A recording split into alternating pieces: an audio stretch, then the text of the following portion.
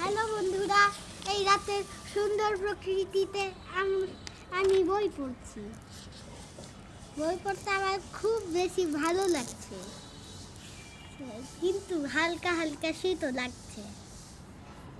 আচ্ছা, রাতে আপনাদের রাতের প্রকৃতি দেখতে কেমন লাগে? আমি জানি ভালোই লাগে। আচ্ছা, বইটা পড়ে নেই।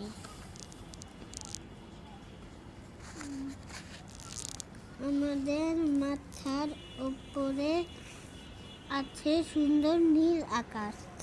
আকাশে আছে চাঁদ, সূর্য, তারা, নক্ষত্র। এসব কে সৃষ্টি করেছেন আল্লাহ তাআলা। পৃথিবীতে আরো পাহাড়